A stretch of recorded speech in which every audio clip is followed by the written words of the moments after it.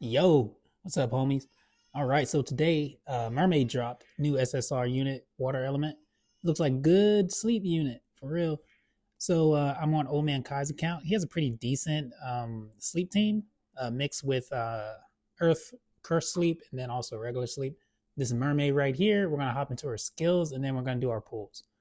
All right, first skill, Ocean Sweep, 100% damage to all enemies, plus 100% for each sleeping enemy, up to 500%. This attack ignores damage reduction effects and removes any burn status effects, including Mega Healing Burn, which is great for her for like as a counter play for burn teams because at first it couldn't really be removed.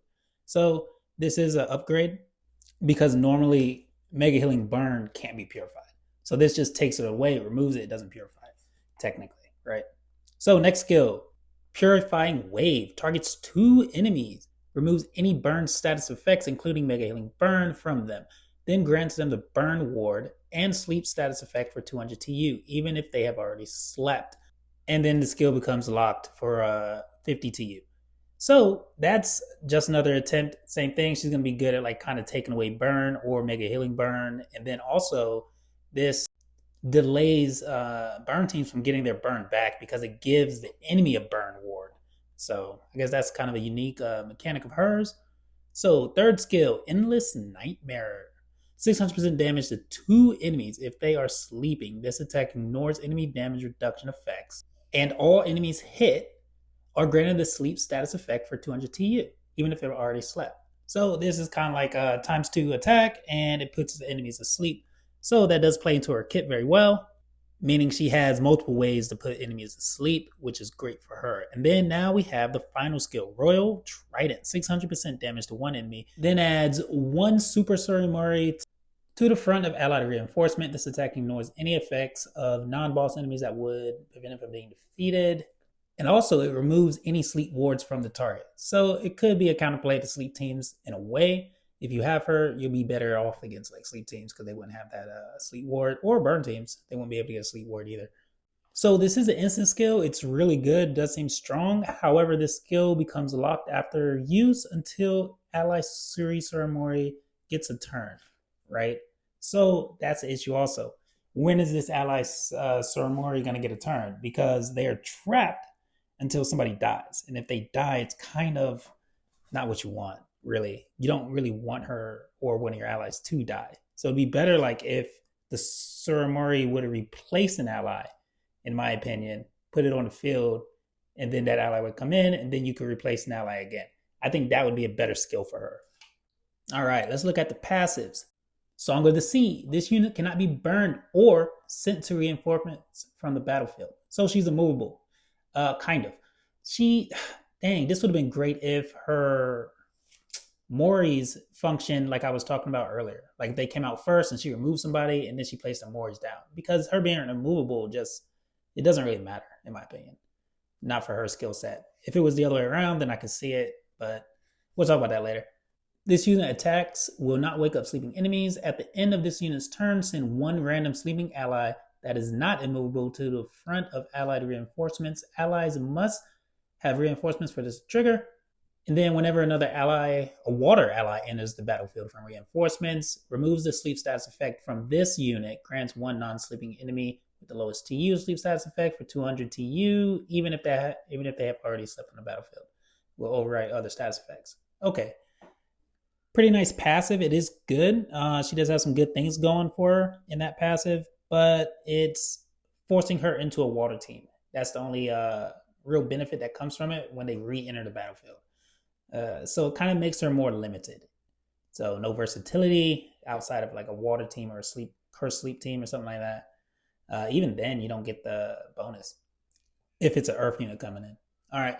So to the last passive. Whenever this unit gets the turn, if all enemies are sleeping, the next damage this enemy deals with an attack while on the battlefield will ignore any effects of non-boss enemies that would prevent it from being defeated. This effect cannot trigger again until 100 TU advances and cannot stack.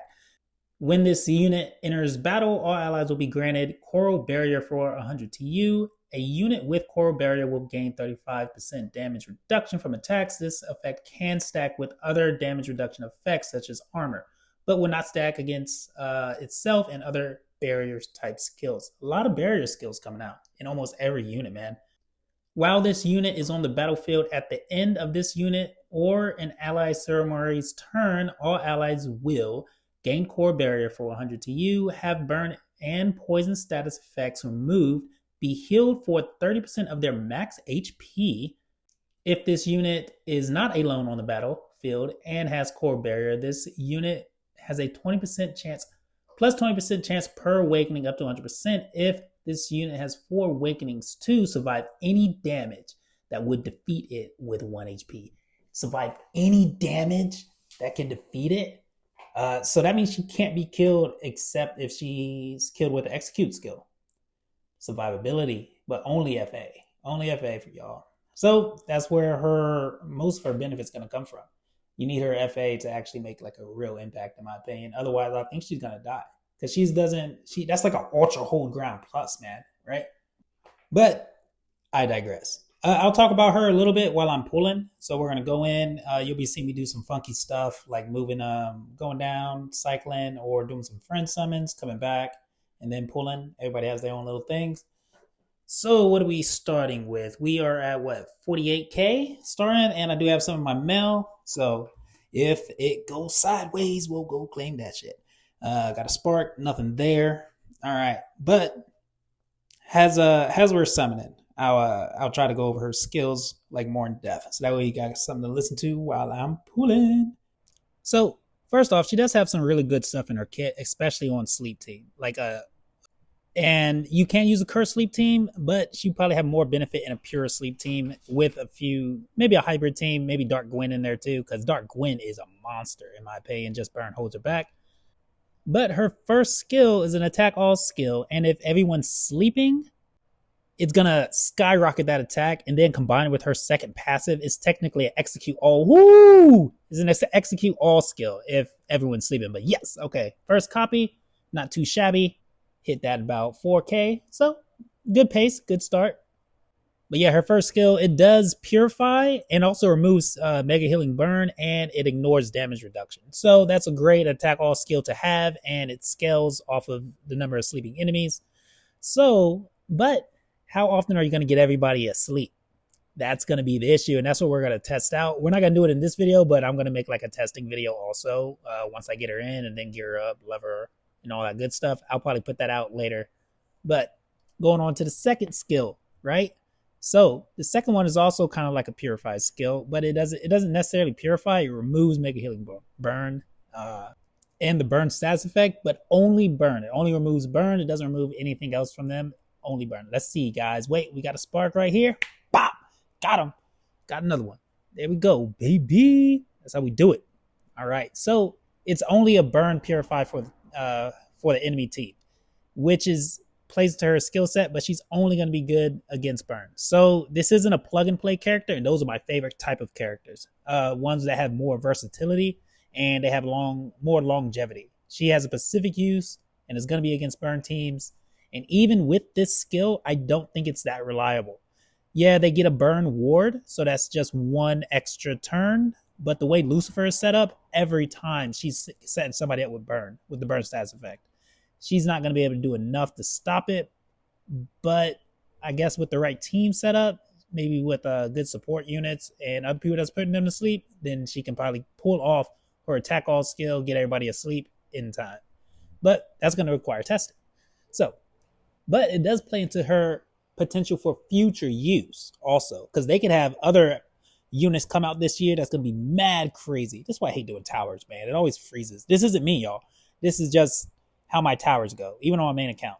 Boom. It takes me 2 minutes to do a tower run. But anyways, so for future potential, she has future use, possibly. Because if they release some crazy cracked unit that can put all enemies to sleep, boom, throw her on there, you're good to go, right? So, so you always got to be thinking ahead. Maybe, but that could also never happen for like another year. So the third skill that she has is a attack 2 skill, attacks 2 units, and it forces them to go to sleep if they were damaged. 600% damage, ignores damage reduction. And so this is just another way that she could put enemies to sleep. So that's good for her kit. it looks nice. It's another attack skill. So she's forming out to be more of a DPS unit, not a guard unit, right? So if you're thinking she's gonna work like, God dang it. But if you think that she's gonna work like a Murasaki for sleep teams, this isn't the one. She does have guard capabilities with her Moris, but it is not going to be reliable. If you might actually need to run her with a guard in order to have her survive long enough if you don't have her fully awakened. But if you have her fully awakened, she has more survivability. All right, for her final skill, her great skill that she has, it's a spirit generating skill, adds 5 spirit, and I think it even gives you 3 spirit, right? It's also an execute skill, so it's gonna kill all those pesky hold ground units. It's gonna be instant skill. Adds a super mori to the beginning of ally reinforcements, 100% guard, which is great, but they're not durable at all. However, the big caveat with this skill is it is locked after you add a Mori to the reinforcements, right? So that means you can't spam this skill, and if you could, this skill be fucking broke. Yes! All right, cool. What we got? 3? All right, man, but this eating through our goddamn SS, we're not going to be able to hit the next fountain. All right, y'all, but if we got one, we getting another right here. Come on now. Let's see what we got, what we got. Nothing. Well, that was trash. All right. Anyways, oh, we got another spark. So, what I was talking about the Moris, right?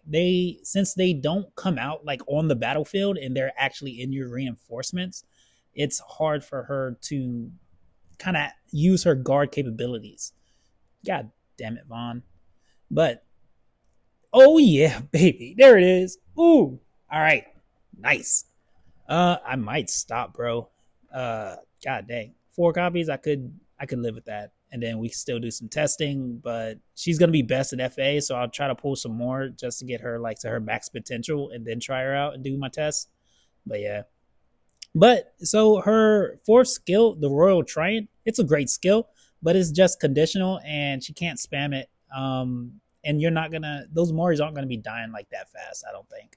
They're not going to be always out. She's not going to be able to get that skill out fast enough all the time because they're going to be locked behind units, I think. But we'll figure that out later. All right, so claim this. We're going to try to pull one more copy, get her fully awakened, and then I'll level her up and wrap up my thoughts. All right, but as I was talking about, let's go more in depth into her passives. All right, the Song of the Sea, her first passive. Let's see. So this makes her burn immune. So that's basically following to her whole kit. She's gonna be great against burn units. She's immovable, or at least she can't be sent back to reinforcements, which would be great if her guard or her Mori removed someone from the field, put them in reinforcements, and her Mori was out on the field all the time. So that might be something to look out for future units. Who's like the next type of guard for like water teams and stuff. That could be something that they do, kind of like beefed up Alice. If y'all remember Alice, how she put her Mori out, but as long as that Mori was always a guard, I think it would work better. We're gonna go in here, we'll pop our Mel 6,000 more, and we'll see what happens. So she's immovable, but I don't think that's going to play into her kit very well against burn teams unless they decide to make a burn unit that can remove or push back units. Because her being immovable will help against other teams, but not necessarily against a burn team because they don't really have pushback units, right? So it's kind of a waste on her unless it's for future units that come out and she pairs well with them. So also Song of the Sea, this passive, her attacks won't wake up sleeping enemies.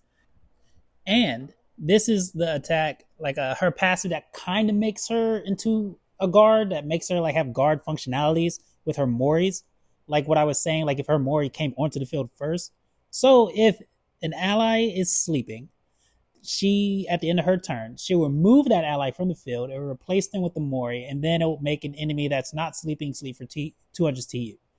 The only issue with this is, do you want that ally that's sleeping to be removed from the field? What if that's your booty clapper, right?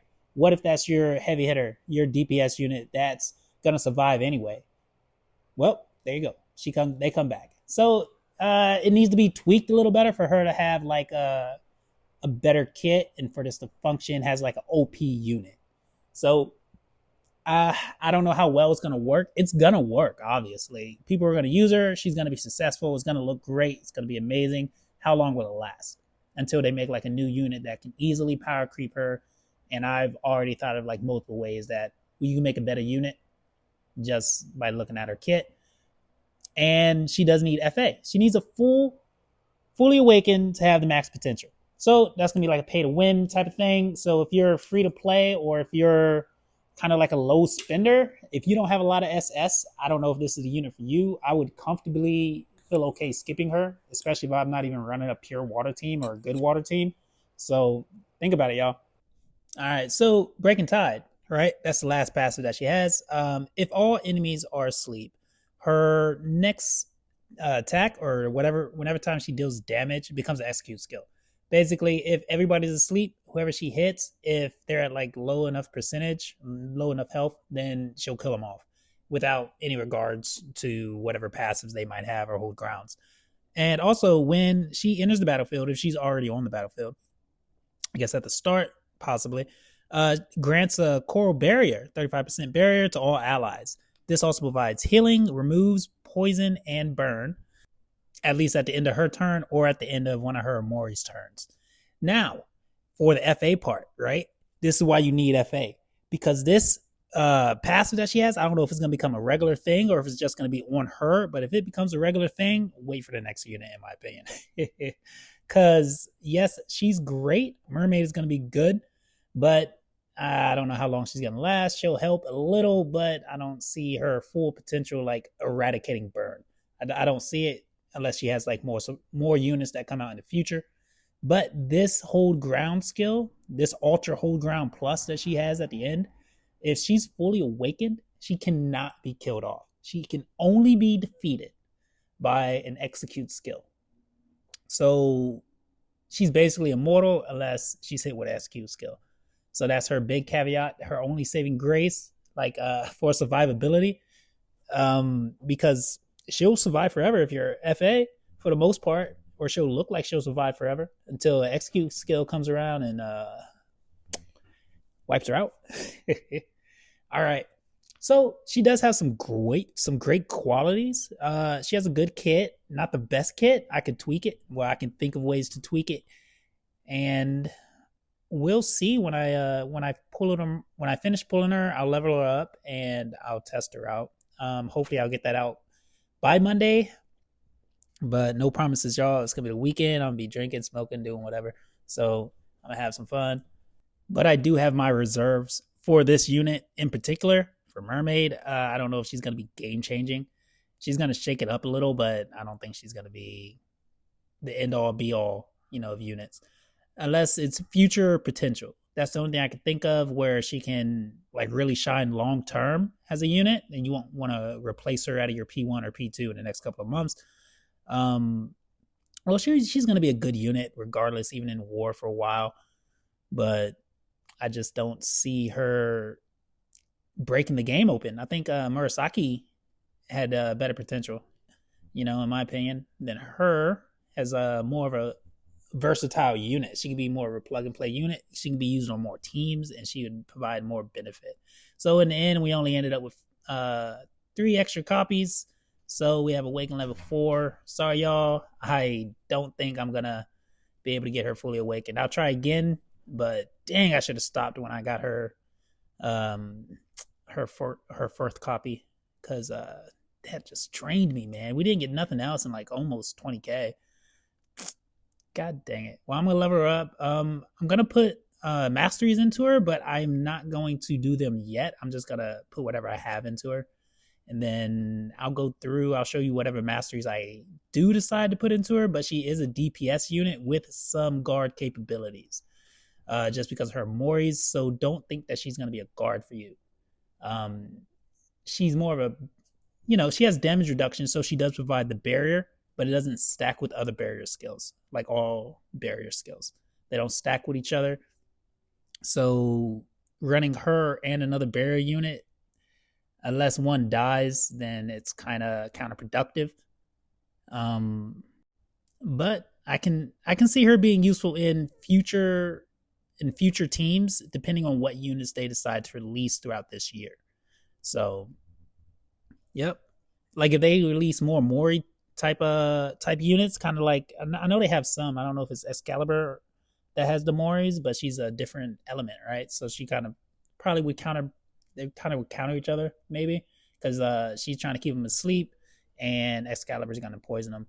So maybe they'll add more Mori features or functions with other units, and this will be a better fit because her passive, whenever Mori comes in, it'll heal and then also puts people to sleep. So future potential as of right now. She'll slow burn teams down, in my opinion, and we'll see if she can actually take them out and put an end to this nonsense, this Lucifer crisis that we're in. But yep. Anyways, guys, this is just me leveling up. The video's done for the most part. That's my first impressions. I think you should probably wait unless you have a lot of SS to use and it's burning a hole in your pocket, because I don't think she's going to be a game-changing unit. She's not going to be top tier. From my first impressions right now, I'll probably throw her in A tier. She's going to be the second form, maybe. But it could all change. It could all change once we do some testing. And if she blows my mind, I'll let you know, right? So, and then we'll rank her up. So yeah, I'm just gonna throw our masteries in, but I'm not gonna put any in. But they're probably gonna be into attack for the most part. We'll see. All right, y'all. Have a good one. Peace. Omni Kai out.